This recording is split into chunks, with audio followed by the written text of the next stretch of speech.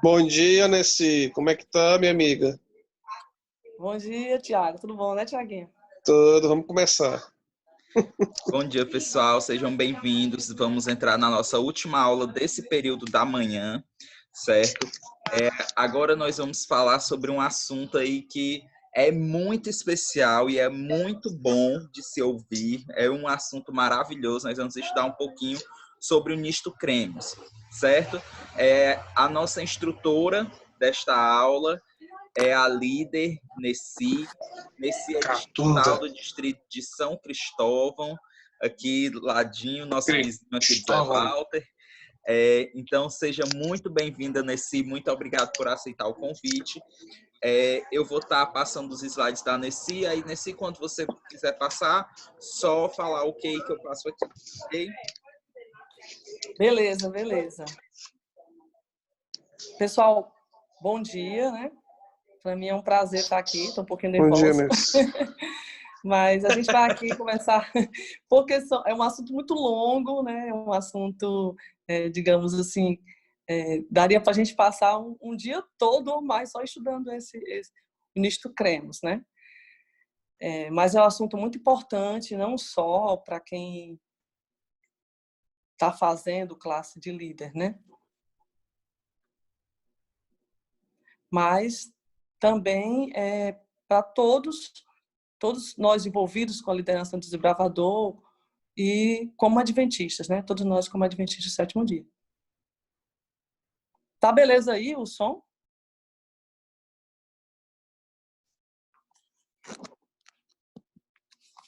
Henrique? Tá tudo ok. Você consegue Beleza. visualizar o slide? Pronto, agora eu consegui visualizar. Beleza. É só porque eu fiquei em dúvida. Ficou muito silêncio aí. Fiquei em dúvida. Beleza, então a gente vai estudar sobre nisto cremus, né? E aí tem o livro, eu estou até com o livro aqui, o livro Nisto Cremus. Quem não tem, eu sugiro que adquiram o livro, né? Para você realmente estudar e aprender sobre as crenças fundamentais, é importante você adquirir esse livro, ou ele em PDF, ou o livro mesmo, e estudá-lo. Aqui a gente vai só dar uma pincelada, falar um pouco a respeito desse assunto, né? Tão importante que são as crenças da nossa igreja, certo? Mas para você compreender mesmo, aprender, é preciso que você estude, e o livro, ele não tem outro... Aliás, o livro e a Bíblia, né? O livro e a Bíblia, os dois juntos, é o que você vai utilizar para aprender esse assunto, tá certo? Os adventistas do sétimo dia, eles não foi sempre que eles tiveram para escrever as suas crenças, né? Tiveram essa facilidade. A igreja, ela não queria se sentir presa a um credo imutável, né? Então, por conta disso, a igreja ela demorou muito para escrever alguma coisa sobre as crenças fundamentais. Então, durante muitos anos, os adventistas não quiseram escrever. Em 1872, foi escrita uma sinopse da nossa fé, né? Com 25 proporções, falando aquilo que a igreja acreditava, né? Mas passou-se muito tempo, sofreu algumas revisões, e só em 1980 foi que a igreja realmente publicou algo chamado de Crenças Fundamentais dos Adventistas do Sétimo Dia, certo? Que na época 27 parágrafos falando sobre esse assunto, certo? Por quê? Porque justamente com o receio de que essas crenças fundamentais pudessem ser interpretadas como um credo imutável. E a igreja sempre acredita que Deus está conduzindo a igreja, inspirando, e novas verdades podem ser encontradas na palavra de Deus com o estudo, né? Então a igreja não queria se sentir amarrada a isso. Aí eu vou fazer uma pergunta, certo? Quantas doutrinas nós temos? A igreja adventista ela prega, ou ela acredita em quantas doutrinas? Doutrina e crença é a mesma coisa? Né? Alguém quer responder aí? Alguém quer responder? 4 doutrinas. Quantas doutrinas? 4. 4. Alguém pensa diferente? Pode falar. 6. 6. Isso mesmo. Foi a Cíntia que falou, foi? São Marcela. as 6 doutrinas Marcela, e as né? 28 crenças. Pronto, isso mesmo, gente. Não são 4 doutrinas, são 6 doutrinas, certo? Passa o próximo slide aí, o Henrique. Vai passando o slide aí. São 6 doutrinas e 28 crenças fundamentais. Mas isso é só uma questão didática, né? As doutrinas, porque, por exemplo, a primeira doutrina, né? Só para a gente dar um exemplo aqui. A primeira doutrina que a igreja apresenta, está aqui no livro Nisto Cremos, bem no iníciozinho ela apresenta, a doutrina de Deus. Aí na doutrina de Deus são 5 crenças fundamentais, certo? A gente vai já ver aqui. Então, é só para uma questão de estar ligada essas crenças a uma mesma doutrina, certo?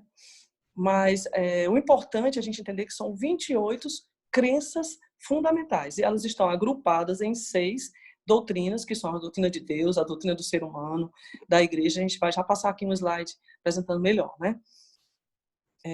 Passa aí, Henrique, avança aí o slide. 6 doutrinas, 28 crenças. Avança mais. Pode passar o próximo. Pronto.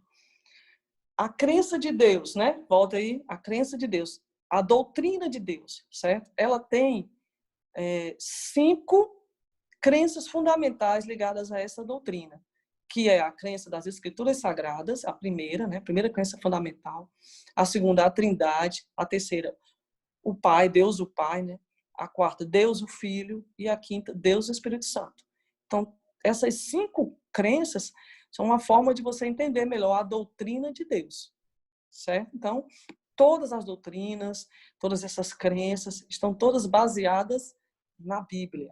A Bíblia foi, né, né, e acredito que sempre será a regra de fé da Igreja Adventista do Sétimo Dia. Então, nós como cristãos temos na Bíblia como a nossa regra de fé. E todas as crenças fundamentais da Igreja Adventista estão baseadas na palavra de Deus, certo? Então, vamos lá. Vamos ver, então, a próxima doutrina. Pode passar aí, pode ir passando, Rick. Nós temos a doutrina do ser humano. Pode passar o slide aí. Doutrina do ser humano, nós temos a crença da criação e da natureza da humanidade. Temos a doutrina da salvação, no próximo slide. A doutrina da salvação. Nós temos as crenças fundamentais do grande conflito. A igreja acredita que há um grande conflito no mundo. A crença fundamental da vida, morte e ressurreição de Cristo. A crença da experiência da salvação e a crença do crescimento em Cristo. Então, são 4 crenças fundamentais ligadas à doutrina da salvação, que é a terceira doutrina. Nós, hoje, vamos estudar apenas as 10 primeiras crenças. Então, nós vamos estudar até a doutrina da salvação. E ainda vai ficar faltando a última doutrina, a última crença aí da doutrina da salvação, que é crescimento em Cristo, certo? Mas vamos só mostrar todos aqui, certo? A doutrina da igreja, no próximo slide aí. A doutrina da igreja. Nós temos 7 crenças fundamentais ligadas à doutrina da igreja, que é a crença da igreja, o remanescente em sua missão, a 14, né, 14ª crença fundamental, a unidade no corpo de Cristo, a 15ª, o batismo, a ceia do Senhor, né, o próximo aí, a crença 17, dons e ministérios espirituais, e 18, o dom de profecia. Então, todas essas crenças estão ligadas a uma única doutrina, que é a doutrina da igreja, né? Então, baseado na Bíblia, nós sabemos que a igreja foi instituída por Deus e temos a doutrina da igreja instituída pelo próprio Cristo, e a gente vai ver todas essas crenças fundamentais ligadas à doutrina da igreja. Temos a próxima doutrina aí, que é a 5ª, né? Que é a doutrina da vida cristã. Nós temos a crença da lei de Deus, a 19, a 20, o sábado, a 21, mordomia, 22, conduta cristã, e a 23, o casamento e a família. Então, todas essas crenças aí estão relacionadas à doutrina da vida cristã, como deve ser a vida cristã.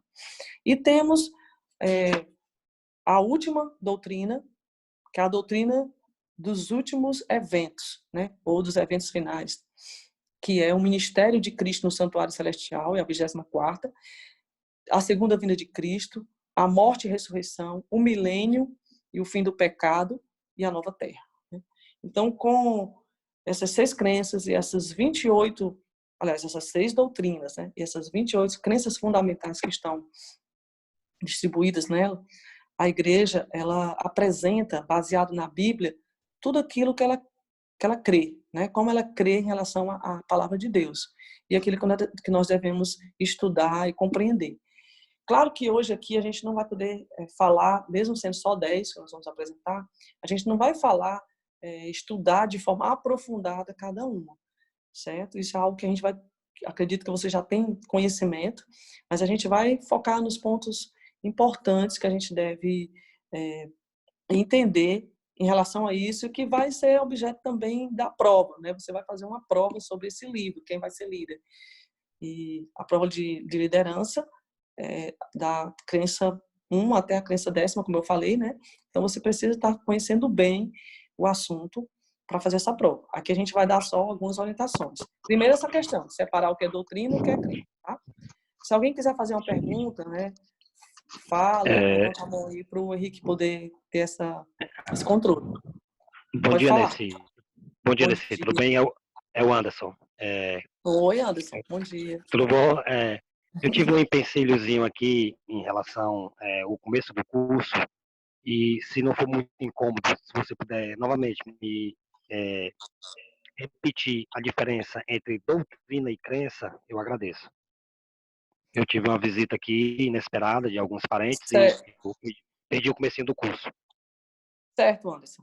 É o seguinte, a doutrina é porque, digamos que ela é o grupo, né? Por exemplo, a doutrina de Deus, né? É o grupo, a Bíblia acredita, a igreja acredita na doutrina baseada na Bíblia, da doutrina de Deus. Só que a gente vê que, relacionado a Deus, nós temos o quê? As próprias Escrituras, nós temos a Trindade, certo? Nós temos falando de Deus Pai, Deus Filho, Deus Espírito Santo, certo?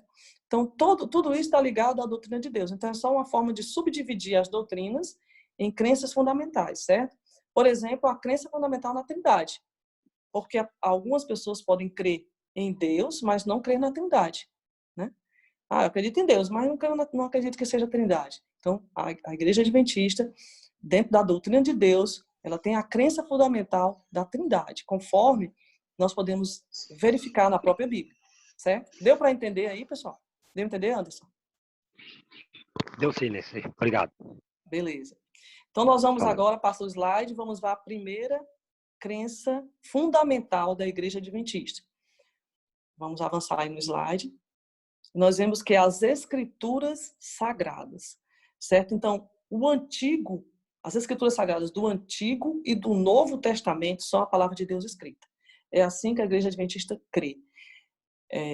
Que tanto o Antigo Testamento como o Novo Testamento são palavras escritas de Deus inspiradas, são inspiração divina, seus autores falaram inspirados pelo Espírito Santo, como está escrito lá na Epístola de Pedro, né, que homens movidos pelo Espírito Santo escreveram, falaram da parte de Deus.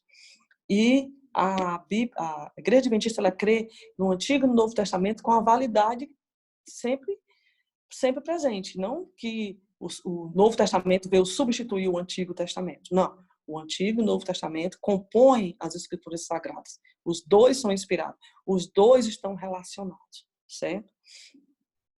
Eles andam de mãos dadas. No Novo Testamento, nós vemos várias citações em vários autores da Bíblia que eles citam o Antigo Testamento, certo? Nós vemos aí que foram escritas por aproximadamente um período de 1.500 anos, né? Para ser escrita, levou esse período de 1.500 anos aproximadamente, e também aproximadamente 40 escritores diferentes, de épocas diferentes, digamos assim, famílias diferentes, situação diferente que estavam vivendo, mas todos escreveram inspirados por Deus. E os temas apresentados na Bíblia, a teologia, as leis, profecias, história, biografias, hinos, relatos, cartas e outros. Mas tudo que foi escrito, que é carta, que é profecia, que é teologia, história, tudo foi inspirado por Deus. Em relação às Escrituras Sagradas, a gente tem uma um assunto interessante aí, a questão da revelação divina, certo? A revelação divina, conforme explicado na doutrina das Escrituras Sagradas, né, pela Igreja, ela pode ser de duas formas: revelação geral e revelação especial, certo? Como é isso, né, Cid? A revelação geral, a própria natureza. A Bíblia diz que a própria natureza revela Deus, né? Lá no Salmo 19 diz: os céus proclamam a glória de Deus, o firmamento anuncia as obras de suas mãos. Então nós podemos ver que a própria natureza revela Deus. O próprio ser humano, nas suas atitudes, em demonstrar amor, fraternidade, o próprio ser humano também está revelando a Deus. Aquilo que a gente pode ver de Deus na natureza, nas pessoas, certo? Aquilo que a gente sente até na nossa própria consciência é uma revelação geral de Deus. Então, Paulo, lá em Romanos, capítulo 1, ele até fala que as pessoas não são inocentes em relação a isso, porque Deus já colocou isso, essa capacidade no ser humano de interpretar e de visualizar, né, Deus na natureza e no próprio ser humano. Mas tem a revelação especial. A revelação especial é justamente essa autorrevelação de Deus, ela foi limitada pelo pecado. Se não fosse o pecado, o homem sempre teria essa autorrevelação de Deus, iria entender. Mas o pecado trouxe essa separação. Então, pelo fato da separação que houve, foi necessário Deus se revelar de forma especial. E essa revelação especial é justamente as Escrituras Sagradas, né? O Antigo e o Novo Testamento, porque o próprio Deus interviu e usou seres humanos para que pudesse ser escrito, né, registrado, uma revelação especial de Deus que expressa a sua vontade, para que fosse revelado o amor de Deus, o caráter de Deus, as orientações de Deus, as normas, como nós, seres humanos, devemos viver aqui neste mundo.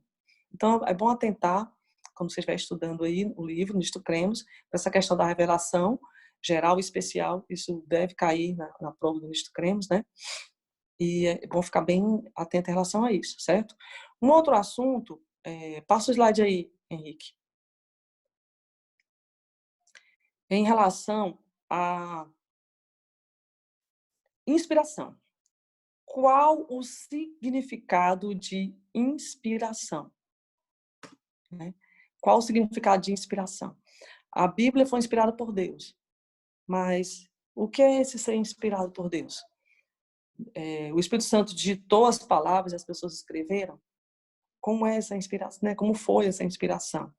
Então, aqui mesmo no livro Nisto Cremos, né, nós vemos sobre o processo de inspiração das Escrituras, certo? A revelação de Deus, inspirado pelo Espírito Santo, como eu citei antes, homens santos falaram da parte de Deus. Então, o Espírito Santo, ele se revelou muitas vezes aos seres humanos, revelou a vontade de Deus, preparou essas pessoas para que recebessem a palavra de Deus e comunicou. Então, a inspiração, porque o Espírito Santo, ele primeiro atuou na vida da pessoa, depois ele comunicou as verdades. E essa comunicação, ela, normalmente, frequentemente, a comunicação do conhecimento da verdade para os autores da Bíblia veio através de visões e sonhos, a grande e a maior parte. Mas outras vezes também Deus falou diretamente, de forma audível. Por exemplo, Samuel chegou um momento que ele ouviu a voz de Deus, né?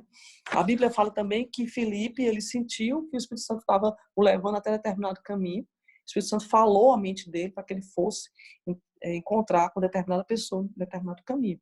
Então, o Espírito Santo, ele usou para comunicar sonhos, visões, mas também falando de forma audível e também a impressão no coração das pessoas, certo? Então, dessas formas, o Espírito Santo pode agir na vida de uma pessoa que já foi preparada pelo próprio Espírito para escrever.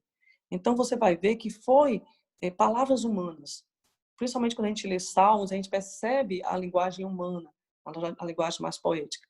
Mas aquela linguagem humana foi inspirada por Deus para comunicar verdades. É isso que a gente tem que entender. A inspiração não é que o Espírito Santo ditou, né? Mas ele preparou a pessoa e ele inspirou a pessoa a falar numa linguagem humana, mas escrevendo aquilo, o registro para que ficasse a lição, a verdade, a orientação que Deus quis ensinar.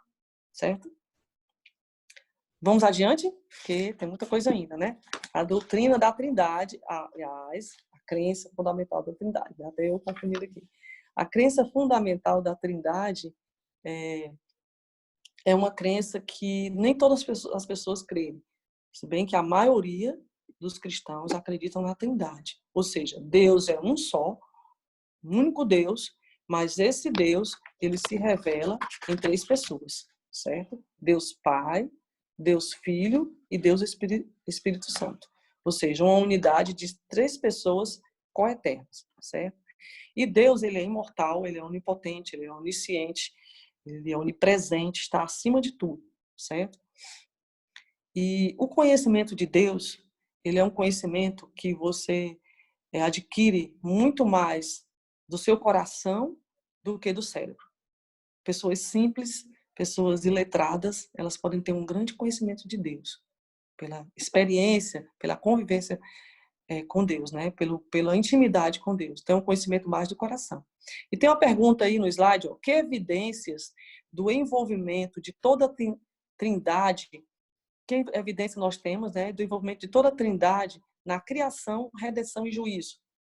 Essa é uma pergunta que você vai pesquisar no livro Nisto Cremos, certo? Estude a doutrina da Trindade e você vai ver que tem textos na Bíblia que vão mostrar o envolvimento de toda a Trindade, tanto na criação, na redenção, como no juízo. Um exemplo disso, lá em João. João, no capítulo 1, João fala, né, o discípulo João, ele fala que e o verbo se fez carne e habitou entre nós, né? No princípio era o verbo. Todas as coisas foram feitas por intermédio dele, né? E lá, depois, lá na frente, ele fala que o verbo se fez carne e habitou entre nós. Então, fica claro na própria Bíblia, na própria palavra de Deus, no Evangelho de João, né? E também complementando, né? Sendo complementado por outros textos bíblicos, que Jesus estava presente na criação, certo? E quando nós lemos no Gênesis, nós vemos que o Espírito de Deus pairava, né? Antes mesmo de Deus começar a criar. Então, nós vemos todo o envolvimento de Deus na criação. Então, você vai pesquisar e tentar responder essa pergunta. Na redenção, lá quando Cristo veio para morrer por nós, quais são as evidências de que o Deus o Pai, Deus o Espírito Santo e Jesus estão envolvidos na redenção e no juízo, certo? Então, estude e você vai ao estudar essa doutrina, você vai entender isso aí, certo? Exatamente aqui, né? Foi feito um comentário aqui na cena do batismo de Jesus. Exatamente. Deus falou, né? Jesus estava ali para ser batizado. Jesus foi batizado. O Espírito Santo desceu em forma de pomba e Deus falou. Esse é o meu filho amado em quem me compraz. Então, nós temos novamente a Trindade ali, na unção de Jesus, né? Para que ele iniciasse o seu ministério ali, no batismo dele. E aí você vai estudar vários outros textos, certo? E responder essa pergunta, que pode ser também uma pergunta que cai na sua prova, né? Evidências do envolvimento de toda a Trindade na criação, redenção e juízo, certo?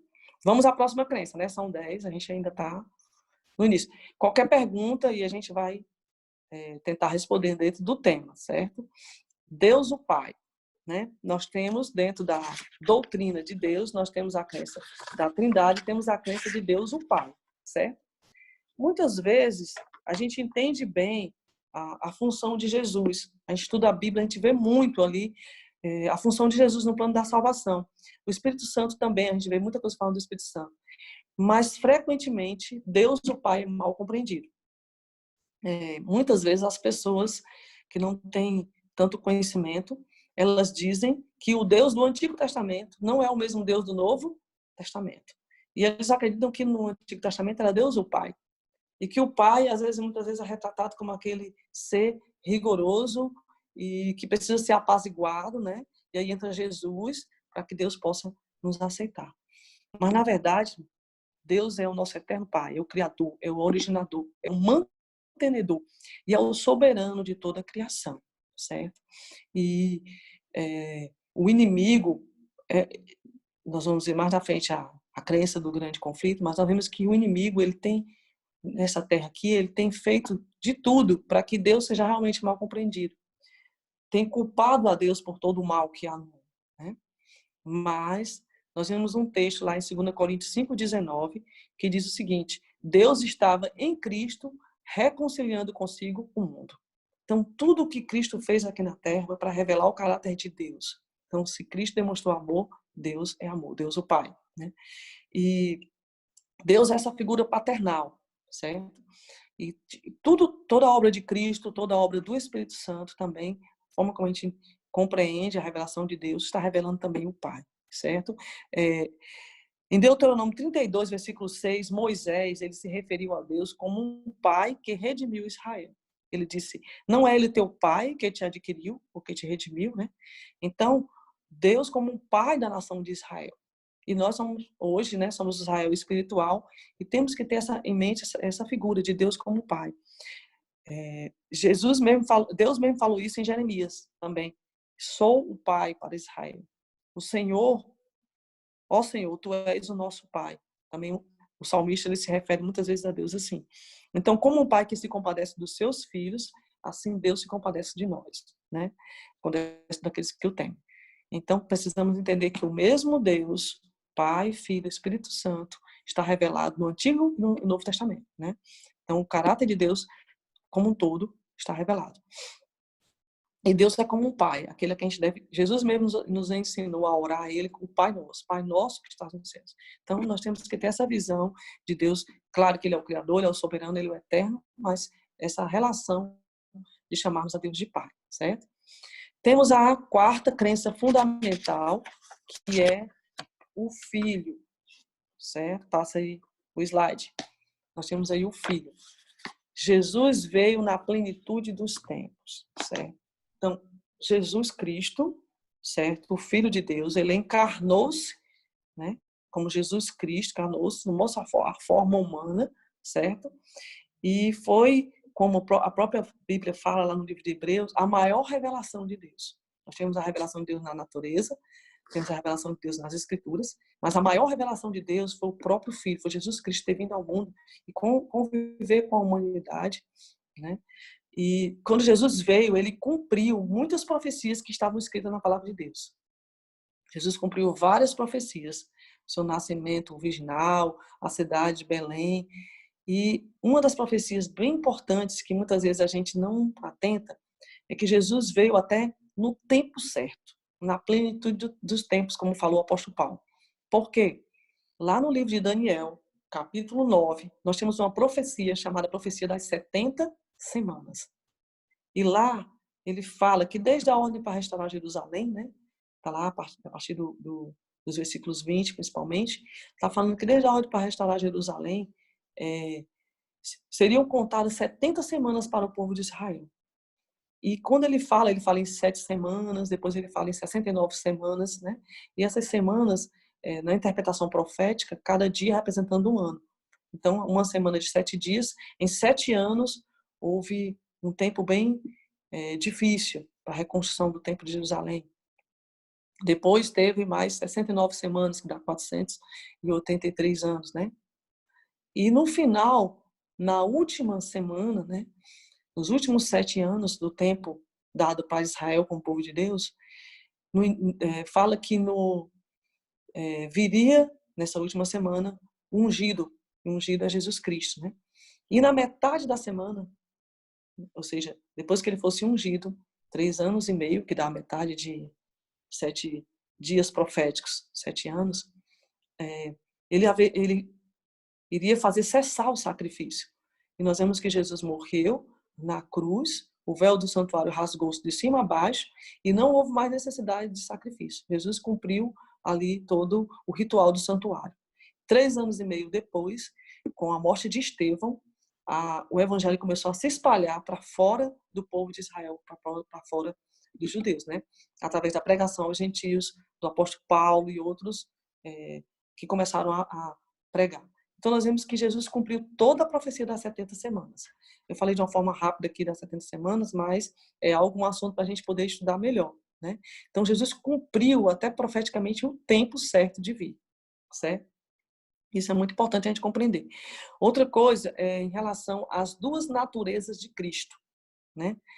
Existem muitas pessoas que questionam essa questão da natureza de Cristo.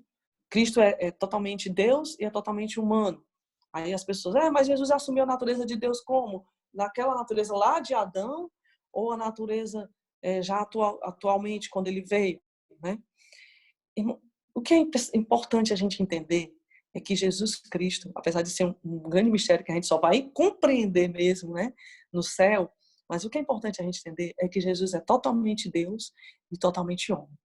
Agora, a Bíblia nos fala que Jesus foi gerado do Espírito Santo e também nos fala que Jesus não cometeu pecado.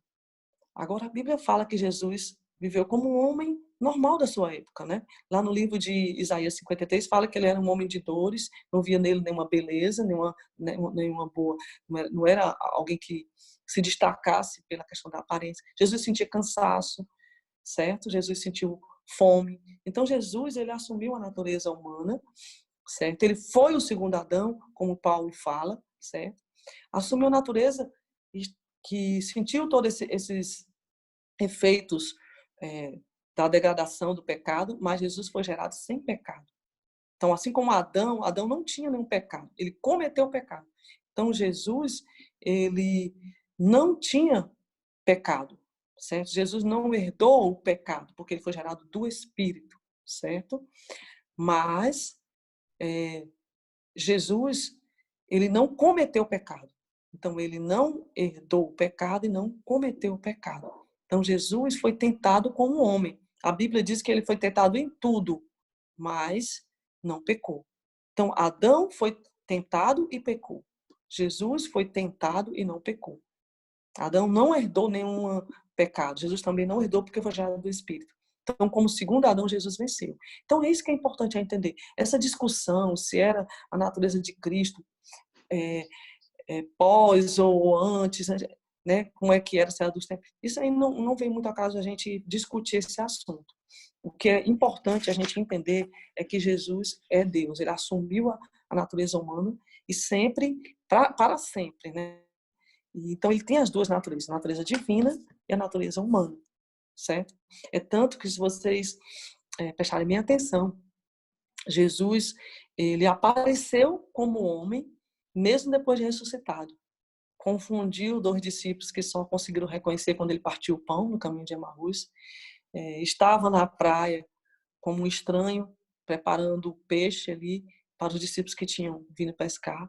Então, Jesus, ele assumiu para sempre a forma humana. Ele mostrou para Tomé, né, lá no cenáculo, as suas marcas na mão, né? Paulo fala que Jesus tem essas marcas que são as marcas do amor de Deus, né? Então, é isso que é importante a gente entender em relação ao Filho. Então, Jesus Cristo é a revelação do caráter de Deus. Ele veio a este mundo cumprir isso. Ele mostrou quem era Deus através das suas atitudes, né? Os milagres que ele realizou, tudo que Jesus realizou. Mas até para realizar um milagre, Jesus fazia isso pelo poder de Deus, porque ele estava aqui como homem. Então, é complexo, mas a gente não precisa se preocupar em ficar entendendo como era a natureza de Cristo, se era exatamente como foi a de Adão, ou se já era corrompida. É assim, efeito da corrupção. O importante é que Jesus não foi concebido em pecado, Jesus não cometeu pecado, certo? Ele, por ser o segundo Adão e ter sido tentado e não ter pecado, foi que justamente ele conseguiu cumprir o plano da redenção, e hoje a gente vive com essa esperança da salvação em Cristo Jesus, né? Então, esse é o ponto importante da doutrina do Filho. Vamos avante, que eu acho que o nosso tempo já está avançando, eu estou falando muito. Mas qualquer dúvida aí, levantem a mão, tá bom? O Espírito Santo. Oi, Nessi, Oi. tudo bom? Sou eu Tudo de bem, quem novo, fala? Anderson. Anderson de Oi, novo. Anderson. Pode Mais falar. tarde puxa minhas orelhas, né, lá na igreja. Não, pode falar. Deixa eu te fazer uma pergunta. Um Passo. comentário rápido. Assim, quando eu estou no meu íntimo, orando a Deus, geralmente eu me pego chorando. E ali eu sei que espiritualmente, eu sei que é o Espírito Santo, eu tenho essa consciência de Deus Pai, Deus Filho, Deus Espírito Santo. E às vezes eu me pego chorando e tenho consciência que é o Espírito Santo que está ali intercedendo por mim. Mas agora, no meu íntimo, como tu pode me definir o que é o Espírito Santo? No meu eu, como homem, entendeu? Não no meu momento ali de reflexão, de oração, no meu dia a dia, no meu contexto que eu diga assim, o que é realmente o Espírito Santo? Deixa eu ver se eu entendi a tua pergunta, certo? Vamos lá. A Bíblia, certo? Ela nos revela que o Espírito Santo é uma pessoa e não é uma força ou um poder. Não é um poder impessoal, mas o Espírito Santo é uma pessoa, certo? E isso fica até claro quando é dito que não entristeceis o Espírito Santo que está em vós, né? E fala que Ananias e Safira mentiram ao Espírito Santo. E Pedro falou que estava sendo executado ali um juízo porque eles haviam mentido contra o Espírito Santo. Não haviam mentido para homem, mas mentido para Deus, né? Para o Espírito Santo, certo? Só que nós não vemos o Espírito Santo na forma corpórea, né? Assim, a gente não enxerga o Espírito Santo. Mas o Espírito Santo, ele é Deus e ele desempenha um papel muito importante na salvação. Porque o Espírito Santo, como você falou, seu exemplo aí de você estar em oração e chegar até a chorar, porque o Espírito Santo, ele se comunica com o seu próprio espírito, com o nosso próprio espírito, não no sentido de um espírito fora da carne, mas com a nossa consciência, né? Que nós somos seres espirituais. O Espírito Santo fala a nossa consciência, assim como ele inspirou os escritores da Bíblia, apóstolos, patriarcas e profetas a escreverem, né? Então o Espírito Santo, ele não está numa forma humana como Jesus, não assumiu essa forma humana, mas ele é uma pessoa, certo? E mesmo não tendo essa forma humana, ele é uma pessoa. Agora, como é a forma do Espírito Santo?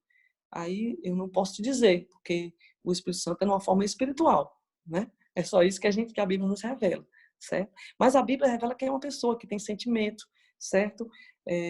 Lá no livro de Atos, capítulo 15, 28, fala assim: pareceu bem ao Espírito Santo e a nós, né, que fossem para tal lugar.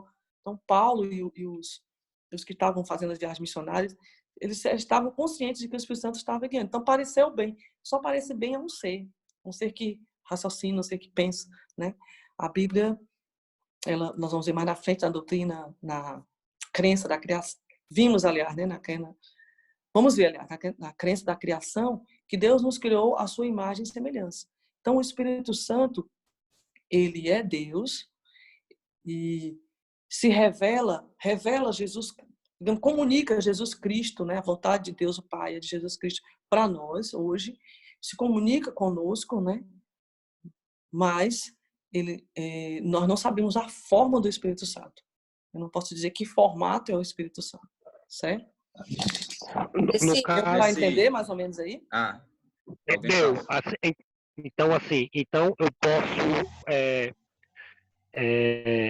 ter como consciência como se ele fosse um anjo, um comunicador, na qual ele é, vamos supor assim, um intermediador. Isso é ele, como é que eu posso dizer? O nosso intercessor, né? Assim, Jesus está intercedendo no céu por nós, mas ele faz essa comunicação da terra com o céu. Deixa eu só falar Agora, uma não pense como um anjo, não pense como um anjo. Pense como o Espírito de Deus mesmo. Alguém mais quer falar? Eu queria falar.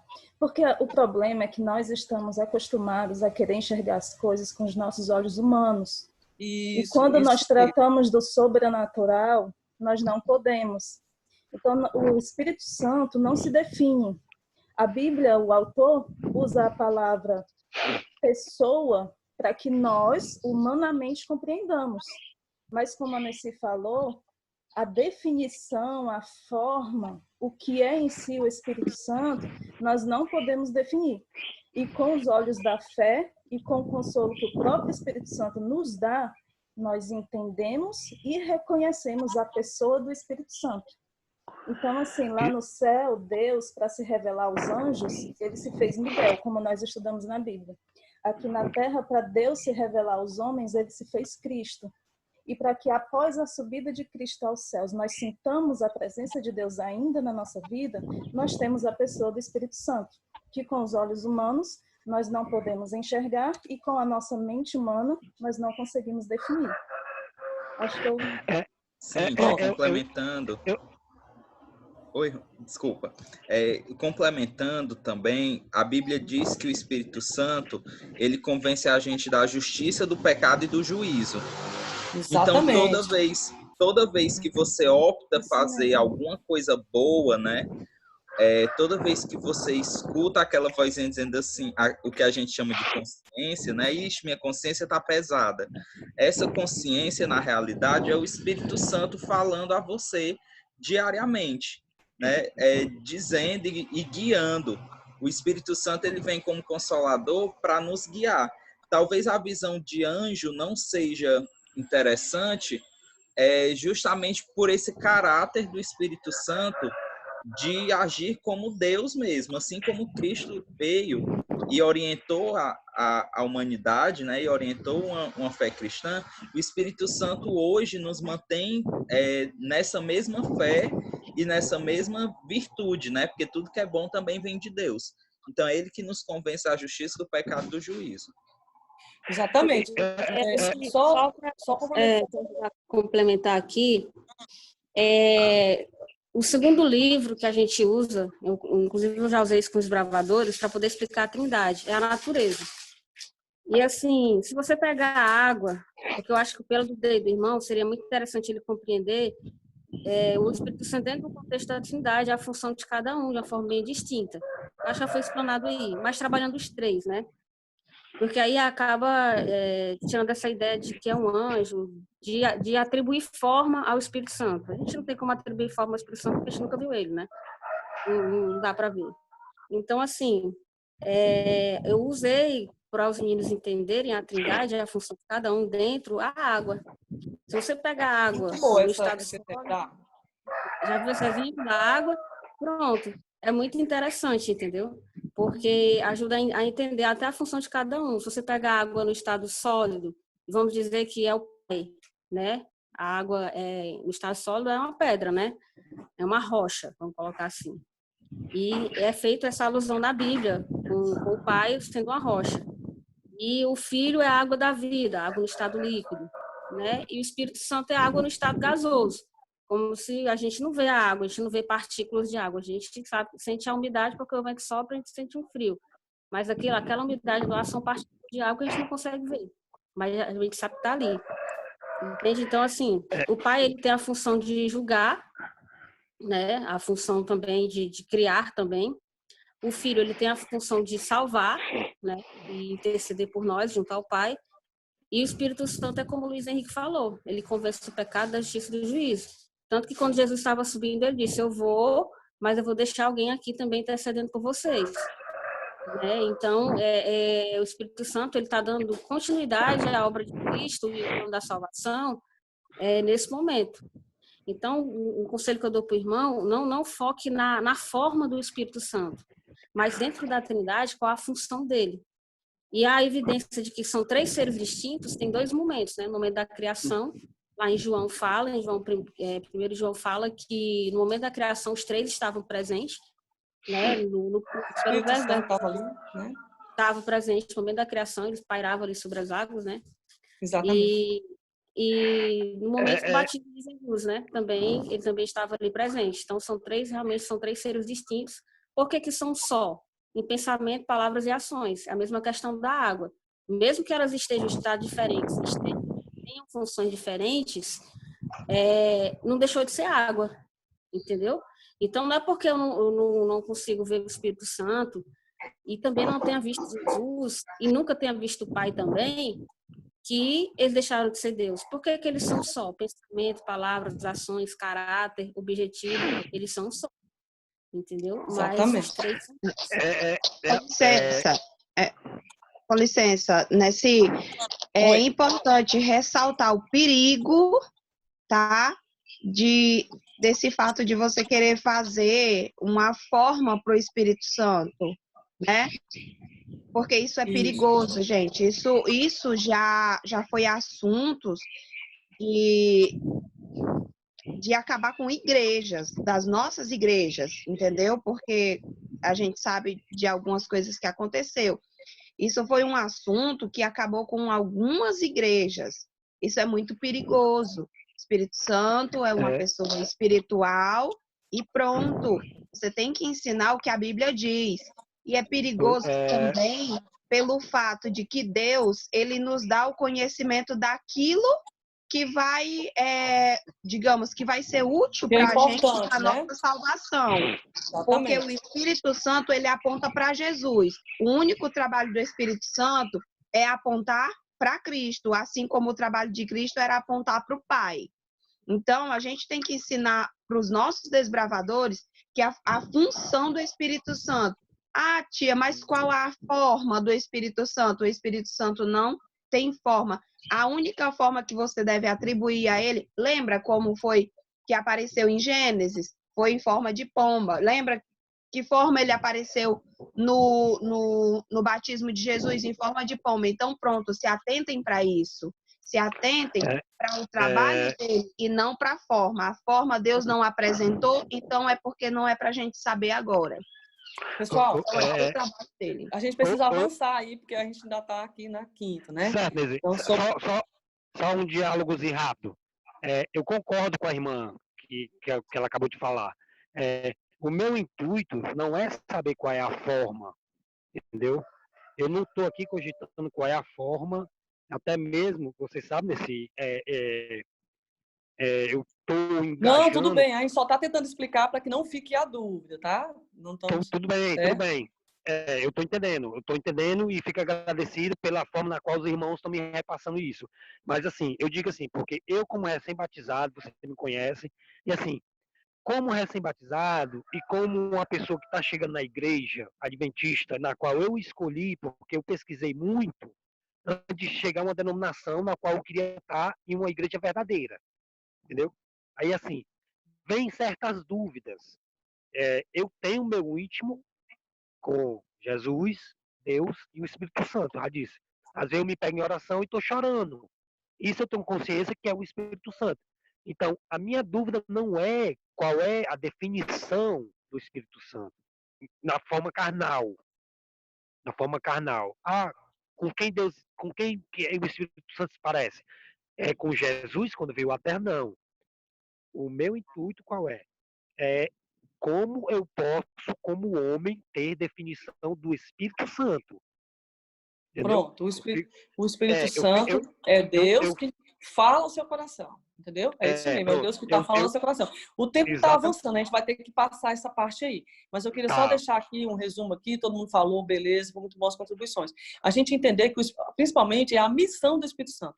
Ao estudar, atente para a missão.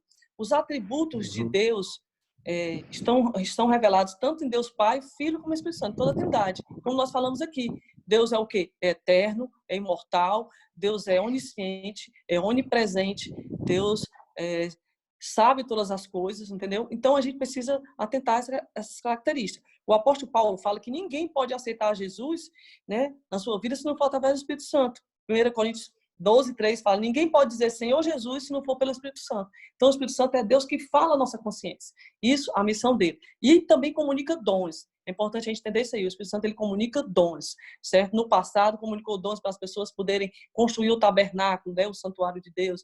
Deu dom lá para Bezalel, né? E outros lá. E também no Novo Testamento, deu dons para os discípulos falarem em línguas, deu dom para os discípulos poderem pregar de forma com intrepidez e de curar, de ressuscitar mortos. Então, o Espírito Santo está muito envolvido com a missão aqui. Tudo que nós, desde o arrependimento, né, que é convencer do pecado, até o trabalho de Deus aqui, é o Espírito Santo do nosso, agindo em nós, que nos move, tá? Então, vamos passar à frente, porque acho que não dá mais para a gente, já temos pouco tempo. Quem está falando? Não, para esse assunto do Espírito Santo, a gente vai ter que pesquisar no outro momento mais, tá bom? Quem está com dúvida ainda? Você ia fazer uma pergunta? Certo? Ok, pessoal? Beleza, então? Vamos passar adiante. Certo? Em relação a uma questão... Eu gostei muito da explicação da Carlinhos em relação à água, né? Deu para a gente entender bem. Agora, a doutrina da criação, certo? A Bíblia, ela não se preocupa em provar que Deus é o Criador. É muito importante a gente entender isso, certo? A doutrina da criação, temos duas duas crenças fundamentais, certo? A crença da criação mesmo e da natureza da humanidade. Vamos falar sobre as duas aqui para poder a gente ganhar mais tempo, porque já que nosso tempo já está passando. Em relação à criação, a Bíblia não se preocupa em ficar comprovando, ela relata a criação, relata Deus como criador. Está lá, não está se preocupando em comprovar. Agora, muitas pessoas questionam principalmente o tempo de criação. Como é que Deus criou tudo só em 7 dias? Então, como é que nós sabemos que cada dia da criação corresponde a 24 horas? Então, lá no Gênesis, fica bem claro quando Deus diz o seguinte: houve tarde e manhã o primeiro dia, houve tarde e manhã o segundo dia, e assim Deus foi criando a cada dia. E depois, a Bíblia fala lá em Gênesis capítulo 2, versículo 1, que havendo Deus terminado em 6 dias toda a sua criação, Deus descansou no 7º dia. E lá no Êxodo, quando Deus passou a lei para o povo de Israel, Deus falou o seguinte: porque em 6 dias o Senhor fez o céu, a terra, o mar e tudo que neles há, e no 7º dia descansou. E, irmãos, desde que o mundo é mundo, o sol sempre nasce e se põe. Então, houve tarde e manhã. Houve a parte escura, né, que já existia antes de Deus criar a luz, e houve a parte clara. Houve tarde e manhã. O sol nasce, o sol se põe. Também, 7 dias da semana. Nós temos 7 dias da semana, desde a criação até hoje. Então, é muito importante a gente compreender. Existem muitos questionamentos, até cristãos querendo mudar essa forma e achar que as 24 horas, né, o dia da criação não era um dia de 24 horas, mas era períodos longos, mas nada disso tem base bíblica. A crença fundamental da Igreja Adventista, conforme a Bíblia, conforme está escrito no Gênesis, é que Deus criou, está relatado, um relato autêntico da sua criação, da sua atividade criadora. Deus falou e se fez. Deus formou o homem do pó da terra, soprou nele o fôlego de vida. Então, é importante a gente compreender mais essa questão do dia literal, de 24 horas, porque ela fala tarde e manhã, primeiro dia. Fala 6 dias e o 7º dia. Então, a semana continua sendo 7 dias e todos os dias a gente tem o nascer e o pôr do sol. Ok? Beleza? Em relação à criação? E em relação à natureza da humanidade, né? Que é a crença fundamental, né? A natureza da humanidade. Deus, ele criou o homem e a mulher a sua imagem e semelhança, certo? Deus criou com individualidade, com o livre-arbítrio, como diz, né? Com a liberdade de agir e de pensar, certo? Então, isso é realmente maravilhoso, porque Deus nos criou, né? Digamos assim, como um pouco abaixo de Deus, mas com essa característica tão linda de poder decidir, raciocinar, escolher. Deus não criou robôs, Deus não criou seres para simplesmente executar a sua vontade. Deus criou seres com a capacidade de amar, mas até mesmo de se rebelar contra ele. Deus correu esse risco, mesmo já existindo uma rebeldia no universo, certo? Então, com essa doutrina a doutrina da criação, apenas essas duas que nós falamos aqui, tá certo?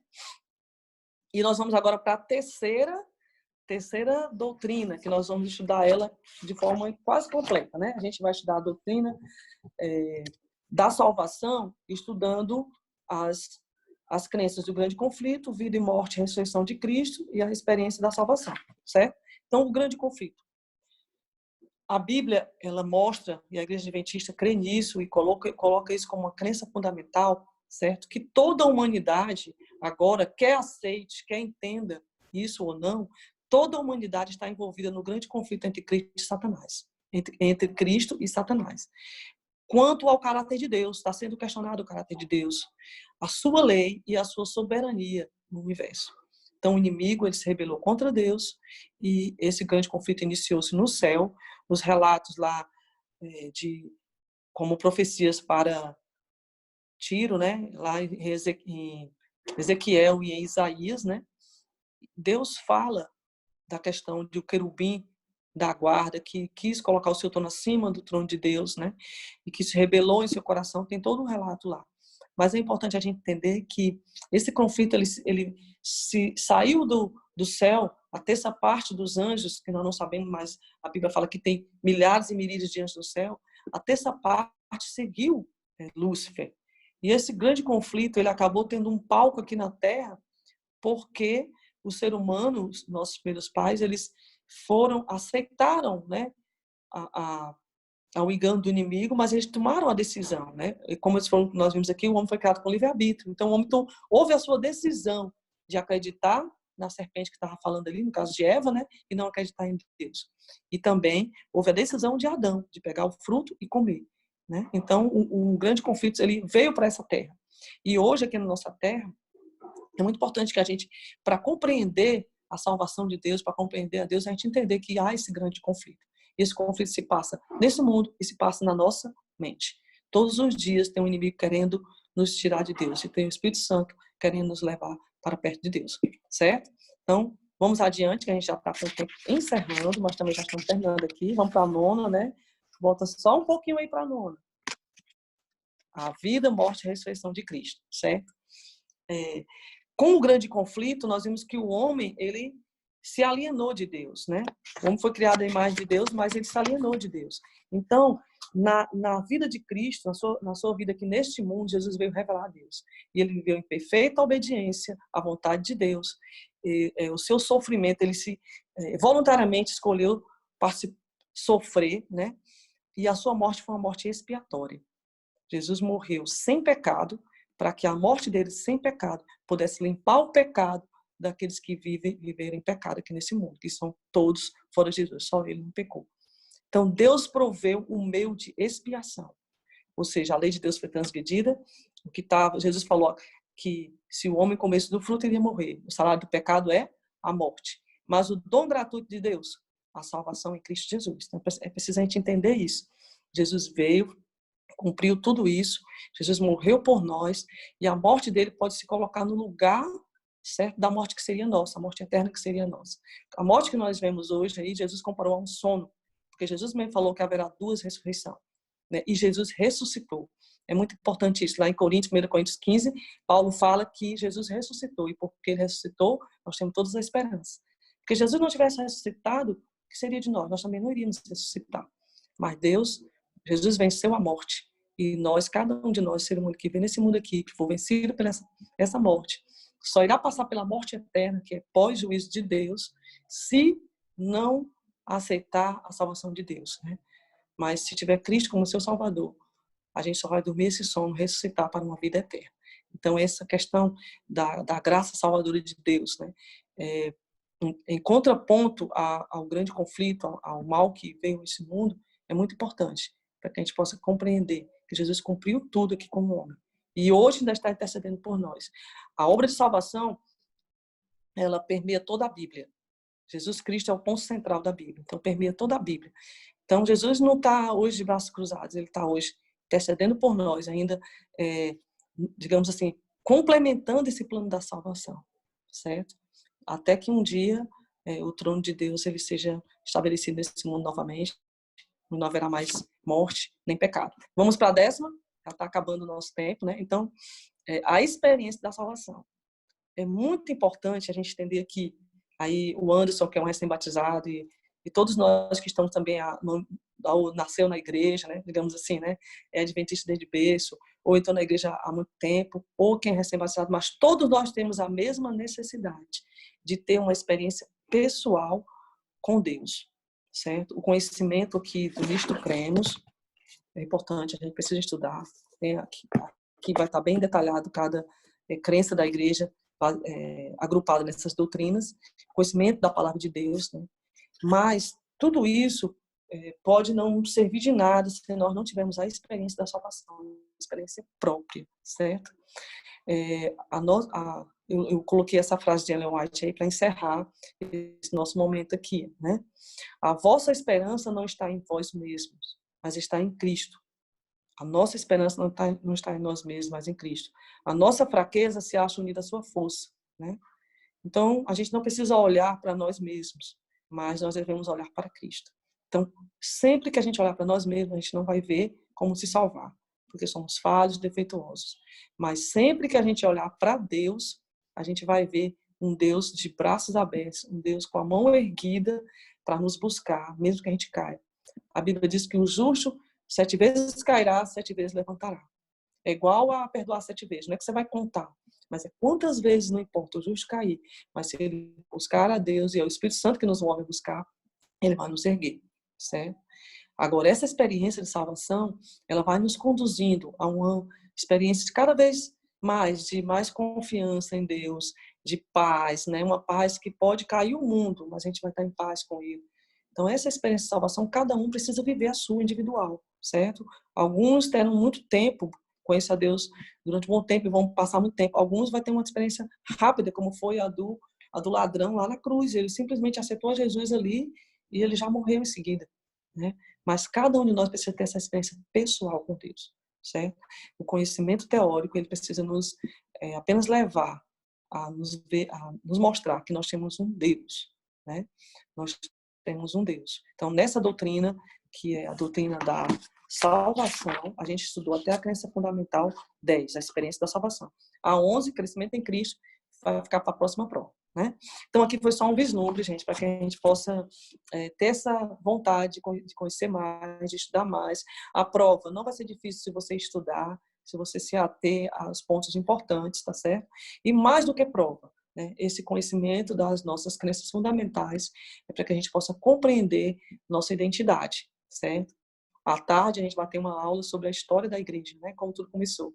E aí vai ser bem importante a gente também compreender isso, né? Mas de agora que a gente possa ficar com essa na mente essa importância de a gente compreender as crenças fundamentais da nossa igreja, porque todas elas estão baseadas na Bíblia. Tá certo? Obrigado pela atenção de vocês, pela compreensão.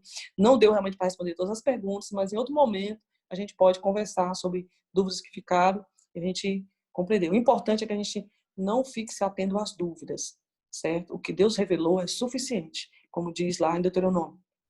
As coisas reveladas são para nós, nossos filhos, mas as coisas encobertas pertencem a Deus. O suficiente para a nossa salvação está revelado. A gente só precisa estudar, né? E compreender com humildade, com oração, buscar a palavra de Deus. Que Deus abençoe a todos e até breve, até mais. Se alguém quiser ainda falar alguma pergunta, não sei se tem tempo, mas aí fala aí rapidinho, porque nosso tempo gente. Já foi, né, Henrique? Infelizmente, nós não vamos ter espaço para mais perguntas. Beleza. Já são 11h45, certo? Passamos aí 15 minutinhos do previsto, mas eu acho que foi uma das melhores escolhas que nós tivemos essa manhã. Realmente a aula da Nessi foi muito didática, muito boa, então gostaria novamente de agradecer, Nessi, a disponibilidade por ter preparado tudo isso, ter estudado, ter aqui conversar muito comigo. Edificante. Beleza. Muito edificante mesmo. Na verdade, é o estudo da palavra de Deus que ele é edificante para todos nós, né? Amém. Louvado seja Deus. Amém. Deus abençoe a todos. Pessoal, nós vamos agora para o nosso horário de almoço, não é mesmo? Nós vamos regressar agora à 13h, certo? Vou lançar o link lá no grupo quando formos iniciar a nossa aula. Check-out. Vou reenviar o formulário, é o mesmo formulário de check-in, só que a palavra-chave para o check-out é doutrina, certo? Repetindo, palavra-chave para o check-out da parte da manhã é doutrina, tá ok? Entra lá no formulário, estou habilitando inclusive ele neste exato momento. A palavra-chave para o check-out da parte da manhã é doutrina, tá? Então, que todos tenham um bom almoço, que todos possam aí aproveitar esse Estão perguntando se é quentinho, ó, Henrique. Pois se é quentinho, rapaz. Estão perguntando se é quentinho, ó. Um dia ainda teremos a Tá ficando fria já, viu? Um dia ainda teremos a felicidade de mandar um Uber Eats ou então um iFood aí para todo mundo. Isso, que chique. Peixe. Quem sabe um dia, né? Um galetinho assado de domingo. Exatamente. Eu já almocei, meu filho, vindo uma mensagem maravilhosa dessa, eu já fiz pra almoçar. Glória a Deus. Porra, Carlinhos, tu já encheu foi o bucho, hein, Carlinhos? Eita, deixou todo mundo conhecer.